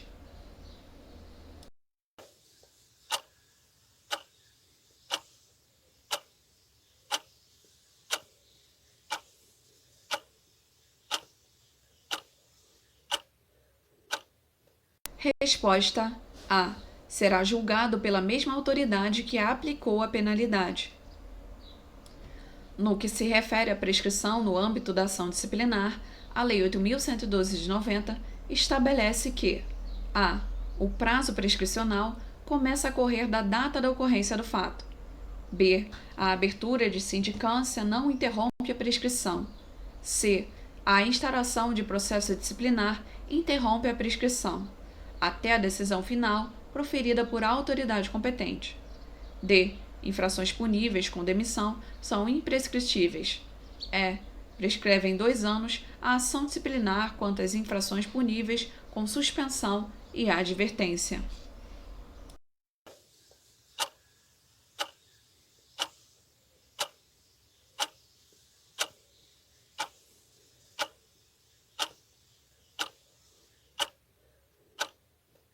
Resposta C. A instauração de processo disciplinar interrompe a prescrição até a decisão final proferida por autoridade competente. Considere os itens abaixo. 1. Crime contra a administração pública. 2. Improbidade administrativa. 3. Aplicação irregular de dinheiros públicos. 4. Lesão aos cofres públicos e dilapidação do patrimônio nacional. 5. Corrupção. Nos termos da Lei 8.112 de 90, são atos passíveis de demissão e têm como consequência cumulativa a indisponibilidade dos bens e o ressarcimento ao erário, sem prejuízo da ação penal cabível, além de impedimento do retorno do servidor ao serviço público federal, os indicados nos itens A. 1, 2, 3, 4 e 5. B. 2, 3, 4 e 5 apenas. C. 1, 2, 3 e 4 apenas. D. 3, 4 e 5 apenas. E. 2, 3 e 4 apenas.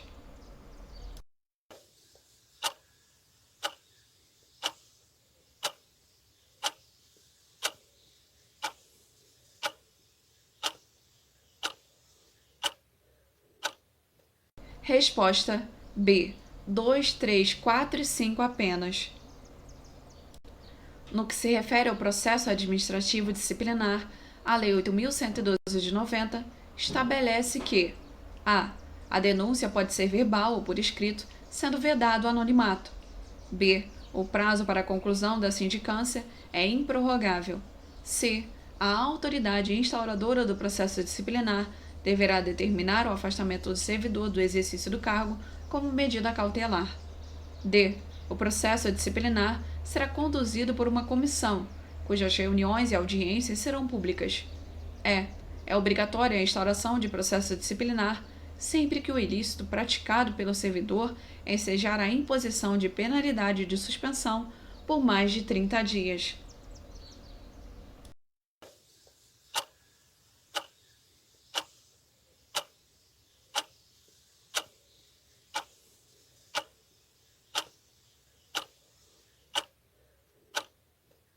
Resposta é: é obrigatória a instauração de processo disciplinar sempre que o ilícito praticado pelo servidor ensejar a imposição de penalidade de suspensão por mais de 30 dias. Arnaldo é servidor público estatutário há cerca de 10 anos, classificado no setor de transportes da Secretaria da Educação e responsável pela logística das peruas que fazem o deslocamento dos alunos no trajeto casa-escola, escola-casa. No último mês, a diretoria da escola e a delegacia de ensino local começaram a receber diversas críticas sobre falhas no serviço de transporte das crianças, a ponto de terem sido narrados episódios de alunos que não foram incluídos no rol de atendimento, não obstante regularmente inscritos para tanto. Diante da recorrência, foi instaurada a sindicância para apuração do ocorrido e identificado que Arnaldo não vinha realizando as programações de itinerário corretamente, comparecendo em repartições diversas para trabalhar, não no local correto. Instaurado o processo administrativo disciplinar, a comissão disciplinar, no curso do inquérito administrativo, de acordo com o que dispõe a Lei 8.112 de 90, deverá providenciar a realização de perícia judicial para atestar as condições de sanidade mental do acusado antes do prosseguimento do processo. B. Poderá denegar pedidos de vista dos autos na fase de instrução, inclusive do acusado, tendo em vista que a oportunidade de defesa e contraditório se exerce na fase de defesa. C. Poderá, com base nos elementos constantes da sindicância, propor que o acusado seja submetido a exame por junta médica oficial, caso exista dúvida sobre a sanidade mental do acusado. D. Deverá requerer que a sindicância, excepcionalmente integrante os autos do processo administrativo, quando houver indícios de insanidade mental, para evitar a repetição de provas e possibilitar que o perito judicial designado administrativamente possa opinar sobre os fatos lá apurados. E. Poderá processar nos mesmos autos o incidente de sanidade mental, aproveitando a instrução do inquérito para decidir pela conversão de sanção administrativa por medida de segurança.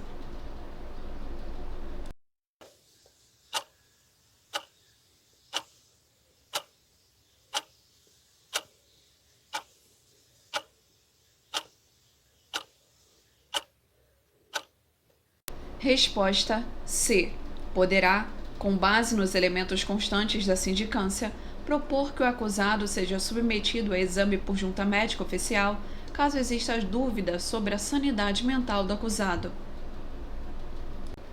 O descumprimento de deveres e obrigações pode dar ensejo à aplicação de penalidades, devendo ser respeitada a relação entre a natureza e a especificidade da sanção e a competência para sua imposição, tal como prevista na Lei 8.112 de 90, do que é exemplo a penalidade de a. Suspensão superior a 30 dias, cuja competência para aplicação é privativa da autoridade máxima do ente ao qual esteja vinculado o servidor, qual seja, por exemplo, o presidente do Tribunal Federal em questão. B. Suspensão, seja qual for o prazo, em razão da gravidade, privativa da autoridade de hierarquia imediatamente inferior à autoridade máxima do ente ao qual esteja vinculado o servidor, ou seja, por exemplo, ministro de Estado. C. Demissão, privativa da autoridade máxima do órgão do ente ao qual esteja vinculado o servidor, ou seja, por exemplo, ministro de Estado ou presidente de Tribunal Federal. D. Cassação de aposentadoria, a ser aplicada pela autoridade máxima do ente ao qual esteja vinculado o servidor, como, por exemplo, o presidente da República. E. Cassação de aposentadoria ou suspensão por prazo superior a 30 dias, cuja aplicação é competência privativa da autoridade máxima do ente ao qual esteja vinculado o servidor, ou seja, por exemplo, ministro de Estado ou presidente de Tribunal Federal.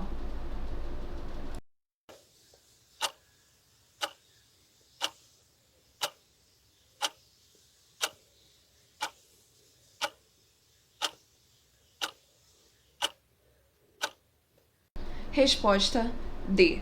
Cassação de aposentadoria a ser aplicada pela autoridade máxima do ente ao qual esteja vinculado o servidor, como, por exemplo, o presidente da República. Ricardo, servidor público do Tribunal Regional Federal da Terceira Região, foi condenado administrativamente à penalidade de demissão.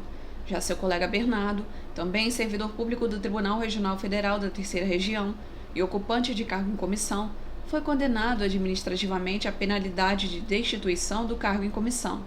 Nos termos da Lei nº 8.112 de 90, as mencionadas penalidades disciplinares foram aplicadas a pelo presidente do Tribunal Regional Federal da Terceira Região e pela autoridade que nomeou Bernardo para o cargo em comissão, respectivamente. B.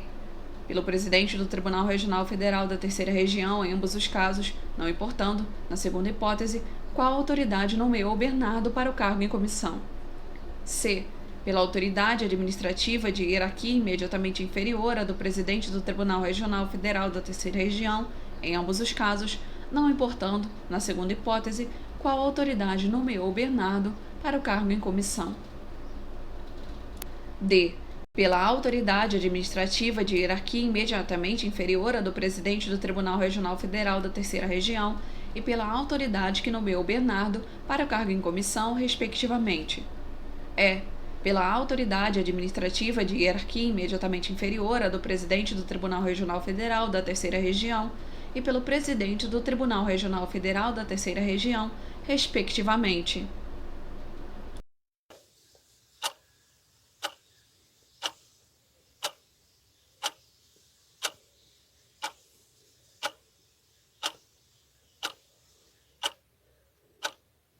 Resposta A. Pelo presidente do Tribunal Regional Federal da Terceira Região e pela autoridade que nomeou Bernardo para o cargo em comissão, respectivamente.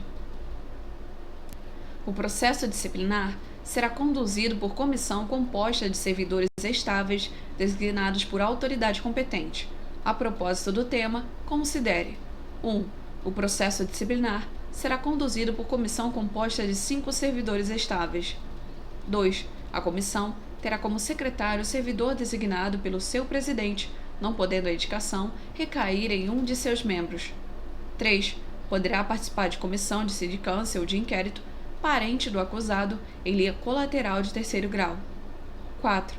As audiências das comissões terão caráter reservado. Nos termos da Lei 8.112 de 90, está correto que consta apenas em A. 1, 2 e 3, B. 4, C. 1 e 2, D. 2, E. 1, 3 e 4.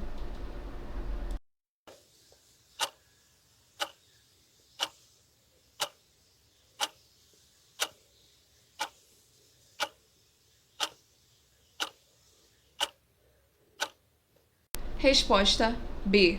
4. Joaquina, servidora pública do Tribunal Regional Federal da Terceira Região, ausentou-se do serviço durante o expediente, sem prévia autorização do seu chefe imediato. Já Josefa, também servidora pública do Tribunal Regional Federal da Terceira Região, retirou sem prévia autorização da autoridade competente determinado documento da repartição pública. Cumpre salientar que ambas as servidoras tinham um histórico exemplar, sem nunca terem sofrido qualquer penalidade administrativa. Nos termos da Lei 8.112 de 90, a. Apenas Joaquina está sujeita à determinação penalidade administrativa, sendo que a ação disciplinar, para a penalidade cabível, prescreverá em 2 anos. B. Ambas servidoras estão sujeitas a determinada penalidade administrativa, sendo que a ação disciplinar para a penalidade cabível prescreverá em 180 dias. C. Nenhuma das servidoras está sujeita a qualquer penalidade, sendo apenas avisadas para que tais condutas não se repitam mais. D. Apenas Josefa está sujeita a determinada penalidade administrativa, sendo que a ação disciplinar para a penalidade cabível prescreverá em 2 anos. E. Ambas servidoras estão sujeitas a determinada penalidade administrativa, sendo que a ação disciplinar para a penalidade cabível prescreverá em 2 anos.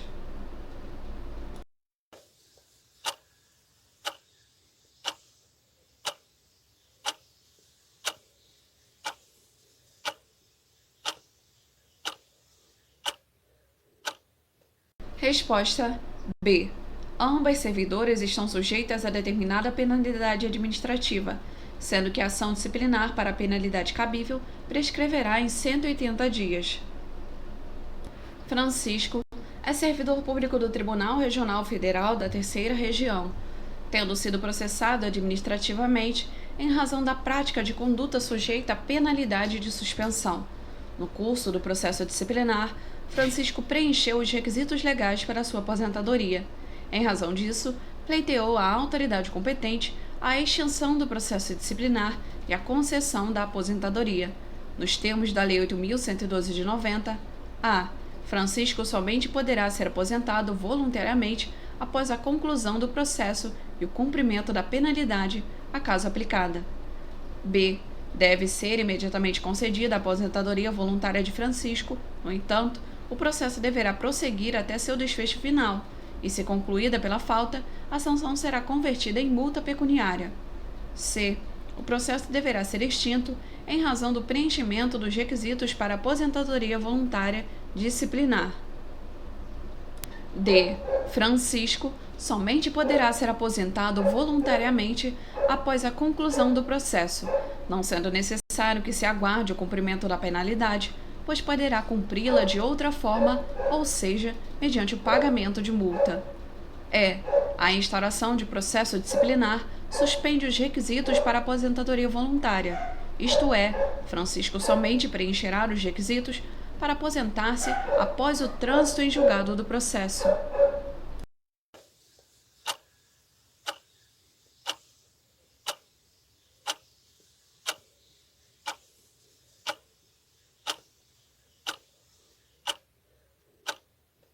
Resposta A. Francisco somente poderá ser aposentado voluntariamente após a conclusão do processo e o cumprimento da penalidade, a caso aplicada. Júlia, servidora pública federal e chefe de determinado setor do Tribunal Regional do Trabalho da 14ª Região, cometeu ao servidor Ricardo atribuições estranhas ao cargo que ocupa, não se tratando de situação emergencial ou mesmo transitória que justificasse tal conduta. Nos termos da Lei 8.112 de 90, a ação disciplinar quanto à infração praticada por Júlia prescreverá em a. 2 anos, b. 5 anos, c. 3 anos, d. 180 dias, e. 1 ano.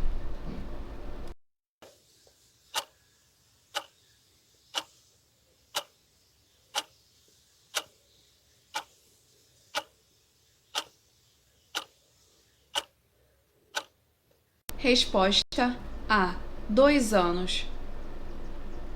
José, analista de contadoria do Tribunal Regional Federal da Terceira Região, no exercício de suas atribuições, possibilitou a liquidação de julgamento, bem como a atualização de valor de determinada guia, ambos relacionados à empresa WZ Construções S.A. Em razão disso, a citada empresa presenteou José com um valioso bem, aceito pelo servidor. Nos termos da Lei 8.112 de 90, a ação disciplinar atinente à infração praticada por José prescreverá em a. 2 anos, b. 5 anos, c. 3 anos, d. 1 ano, e.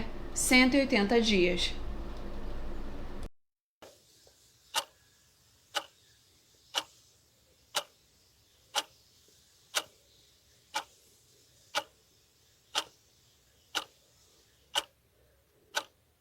Resposta B.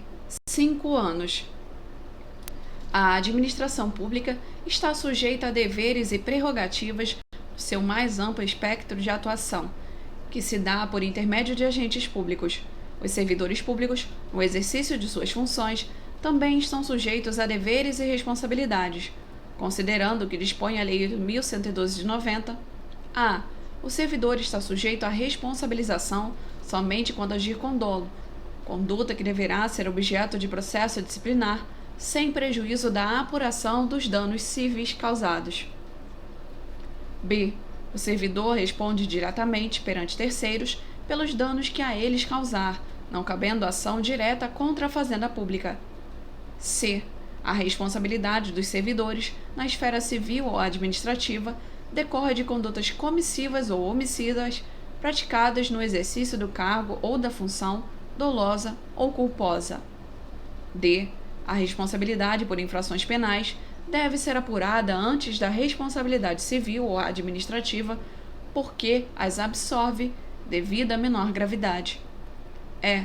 As infrações no campo civil, administrativo e penal podem ser processadas em paralelo, mas as sanções não podem se cumular, devendo ser aplicada a sanção mais gravosa.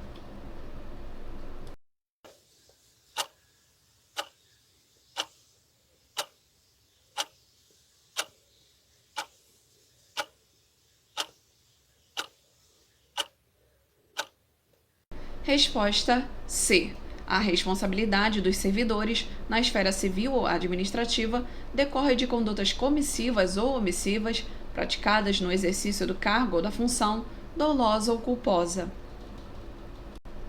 Gabriel, servidor público federal, exerceu seu direito de petição em defesa de interesse legítimo. Em razão do indeferimento de seu requerimento, formulou pedido de reconsideração à autoridade competente. Nos termos da Lei 8.112 de 90, o pedido de reconsideração a. Interrompe a prescrição. b.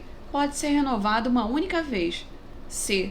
Deve ser interposto no prazo de 15 dias, a contar da publicação ou da ciência pelo interessado da decisão que pretende ver reconsiderada. D. Deve ser decidido dentro do prazo máximo de 90 dias. E.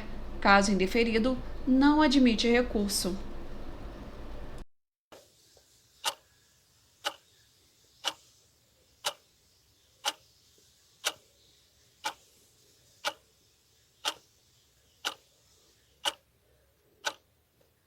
Resposta A. Interrompe a prescrição. Em janeiro de 2012, Maria, servidora pública do Tribunal Regional do Trabalho da 23ª Região, foi punida com a penalidade de advertência. Em março de 2014, isto é, após o decurso de 2 anos de efetivo exercício, sendo que nesse período não praticou qualquer infração disciplinar, pelo contrário, teve histórico exemplar, elogiado pelos seus superiores, a servidora pleiteou que a penalidade tivesse seu registro cancelado, inclusive com efeitos retroativos. Nos termos da Lei 8.112 de 90, a. O prazo está correto, no entanto, não é possível com efeitos retroativos. b. É cabível o pleito de Maria. c. Apenas o prazo para pleitear o cancelamento da penalidade está incorreto. d. O prazo para pleitear o cancelamento da penalidade está incorreto, além de não poder ser com efeitos retroativos. E.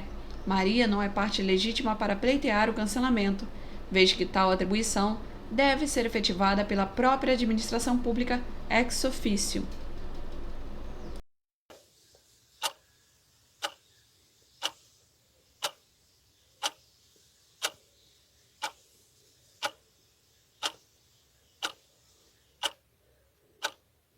Resposta D. O prazo para pleitear o cancelamento da penalidade está incorreto, além de não poder ser com efeitos retroativos. No curso de processo administrativo disciplinar movido contra João, servidor público do Tribunal Regional do Trabalho da 23ª Região, foi constatada a ocorrência de vício insanável. Em razão disso, a autoridade que determinou a instauração do processo declarou sua nulidade total.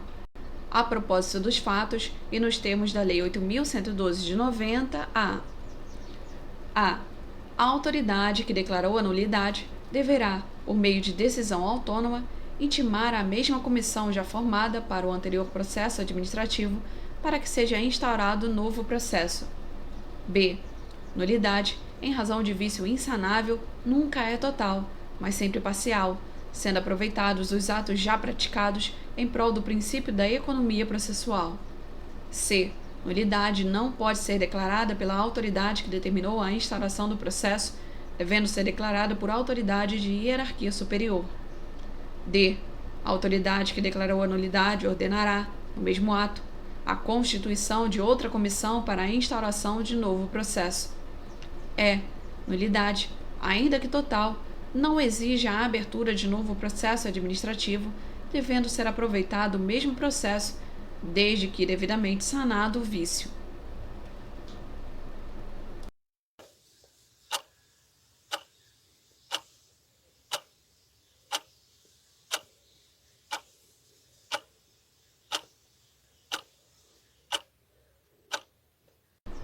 Resposta D.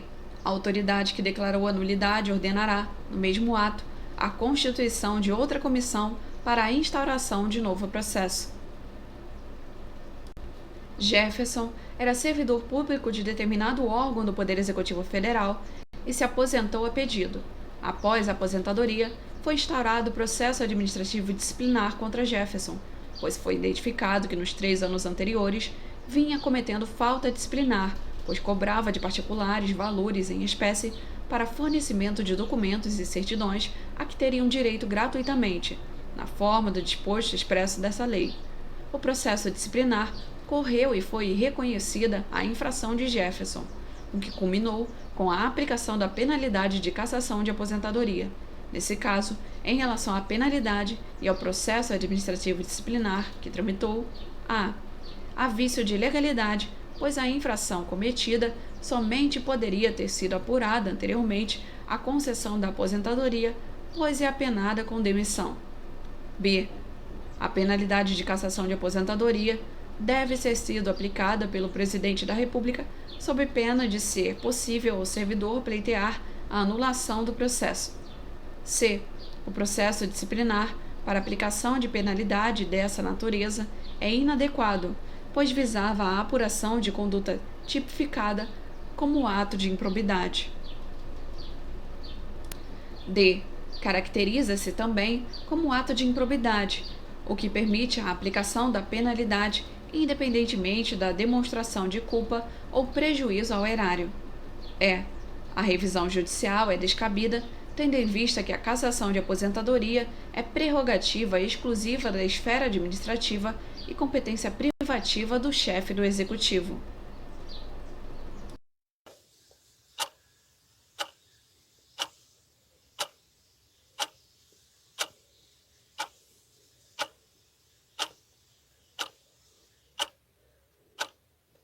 Resposta B. A penalidade de cassação de aposentadoria deve ter sido aplicada pelo Presidente da República sob pena de ser possível ao servidor pleitear a anulação do processo. Um servidor da União utilizou recursos materiais da repartição em atividade particular. Nos termos da Lei 8.112 de 90, esse ato é passível da aplicação da penalidade de a. Advertência. B. Suspensão de 15 dias. C. Suspensão de 30 dias. D. Suspensão de 90 dias. E. Demissão.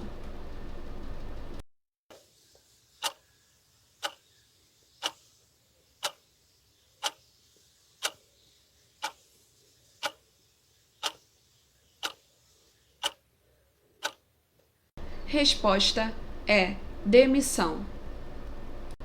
Considere as seguintes condutas: 1. Recusar fé a documentos públicos.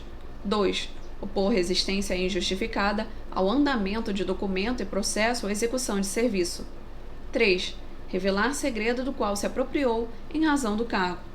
Nos termos da Lei 8.112 de 90, é passível de advertência o mencionado em a. 1 apenas. B. 1 e 2 apenas. C. 1, 2 e 3 apenas. D. 3 apenas. E. 2 apenas.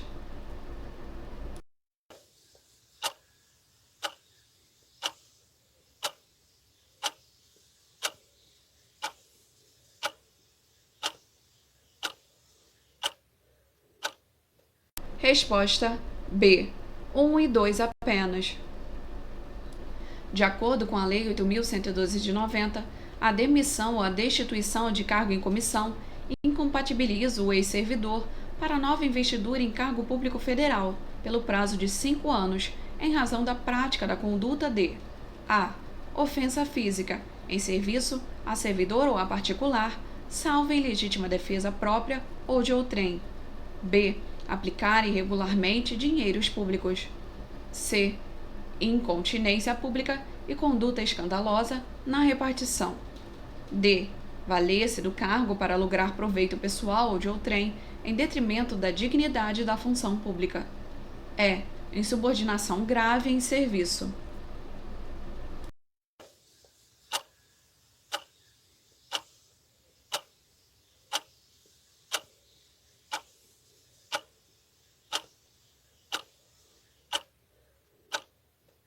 Resposta D. Valer-se do cargo para lograr proveito pessoal ou de outrem em detrimento da dignidade da função pública. Luciomar, servidor público federal, após regular processo administrativo disciplinar, foi exonerado, considerando que ele possuía débito com o erário, de acordo com a Lei 8.112 de 90, Luciomar a. será notificado para pagamento ou parcelamento do débito dentro do prazo de 15 dias da efetivação de sua exoneração, sob pena de inscrição na dívida ativa após 90 dias. B. Terá o prazo de 90 dias para quitar o débito, sendo que a não quitação do débito dentro desse prazo implicará sua inscrição em dívida ativa. C. Terá seu débito inscrito imediatamente na dívida ativa por expressa previsão legal em razão da extinção de seu vínculo com a administração pública. D. Terá o prazo de 60 dias para quitar o débito, sendo que a não quitação do débito dentro desse prazo implicará sua inscrição em dívida ativa. E. Será notificado para pagamento ou parcelamento do débito dentro do prazo de 30 dias da efetivação de sua exoneração, sob pena de inscrição na dívida ativa após 120 dias.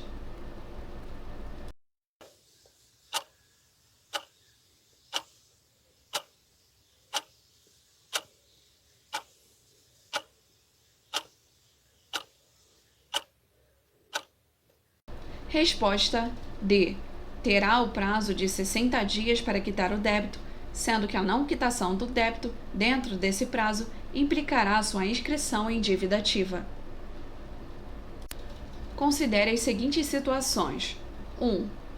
Rovanilda, servidora pública federal, mantinha sob sua chefia imediata, em função de confiança, seu irmão, Rivaildo. 2. Renata, servidora pública federal, aceitou comissão de Estado estrangeiro. Nestes casos, de acordo com a Lei 8.112 de 90, considerando as condutas praticadas, bem como que ambas são servidoras primárias, sem processo administrativo disciplinar anterior, Rovanilda e Renata estão sujeitas às penas de a. Suspensão de até 60 dias. B. Advertência e suspensão, respectivamente. C. Suspensão de até 30 dias. D. Advertência e demissão, respectivamente. E. Demissão.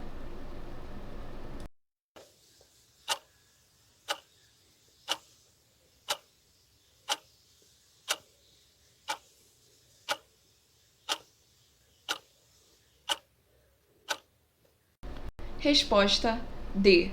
Advertência e demissão, respectivamente. Maria Zilda, servidora pública federal, recusou fé a documento público e, após regular processo administrativo, foi condenada à pena de advertência. 2 meses após o trânsito em julgado dessa condenação, Maria Zilda promoveu manifestação de desapreço no recinto da repartição. Neste caso, de acordo com a Lei 8.112 de 90, Maria Zilda está sujeita à pena de a. Suspensão por até 180 dias. B. Demissão. C. Suspensão de até 90 dias. D. Suspensão de até 120 dias. E. Repreensão verbal.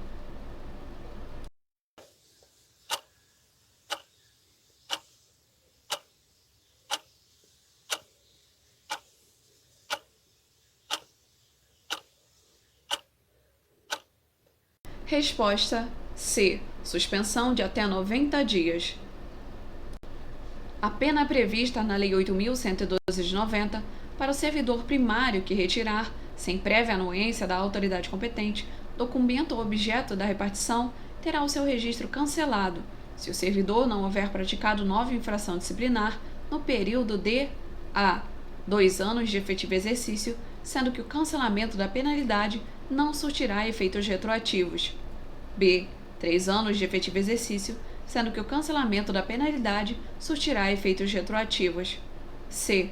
3 anos de efetivo exercício, sendo que o cancelamento da penalidade não surtirá efeitos retroativos. D. 1 ano de efetivo exercício, sendo que o cancelamento da penalidade não surtirá efeitos retroativos. E. 2 anos de efetivo exercício, sendo que o cancelamento da penalidade surtirá efeitos retroativos.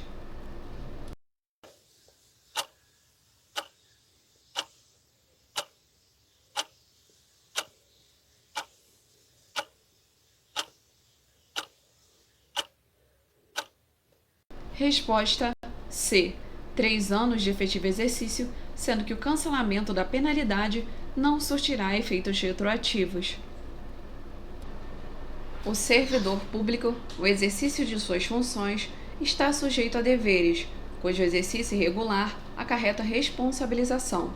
Nos termos do que dispõe a Lei 8.112 de 90, no mesmo sentido, está sujeito às cominações impostas pela Lei de Improbidade Administrativa para o caso de tipificação de condutas descritas naquele diploma legal, a análise sistemática dessas normas enseja a conclusão de que as sanções aplicadas em decorrência das condutas tipificadas na Lei de Improbidade absorvem as infrações descritas na Lei 8.112 de 90, porque são mais graves, embora de natureza distinta. B.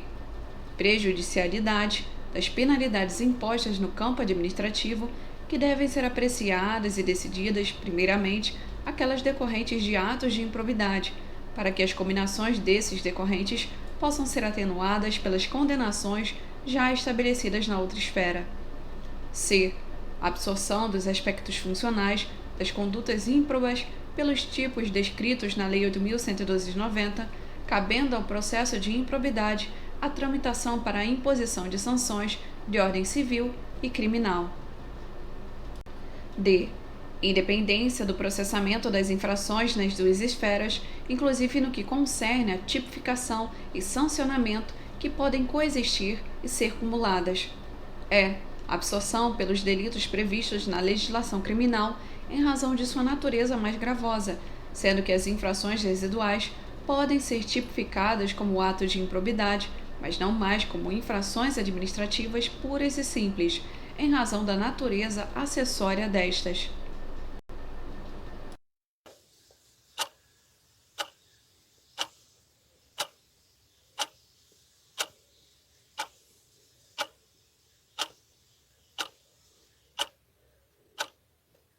Resposta D.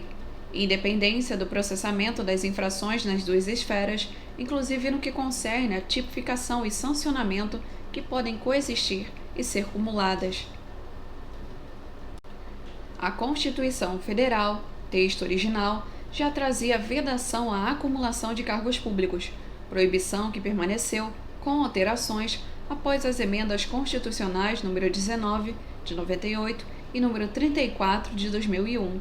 A Lei 8.112 de 90, por sua vez, disciplina referida à vedação.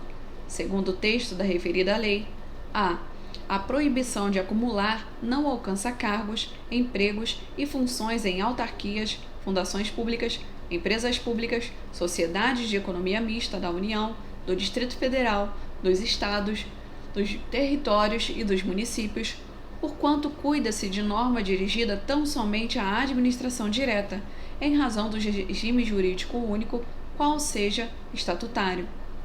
B. O servidor federal não poderá exercer mais de um cargo em comissão, nem ser remunerado pela participação em órgão de deliberação coletiva, regra que não admite exceção. C. A acumulação lícita de cargos somente se viabiliza, juridicamente, quando haja compatibilidade de horários e correlação de matérias entre os vínculos mantidos com a administração. D. Apenas incide a vedação, é dizer, a proibição de acumulação, na hipótese de os vínculos, cargos, empregos ou funções serem remunerados, não subsistindo a vedação quando uma das funções desempenhada não seja remunerada. A vedação à acumulação não se aplica aos cargos em comissão, de livre admissão e exoneração, abarcando apenas os vínculos de natureza efetiva.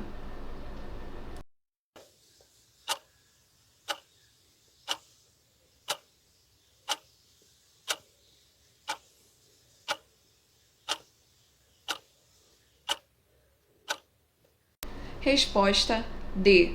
Apenas incide a vedação, é dizer, a proibição de acumulação, na hipótese de os vínculos, cargos, empregos ou funções serem remunerados, não subsistindo a vedação, quando uma das funções desempenhada não seja remunerada.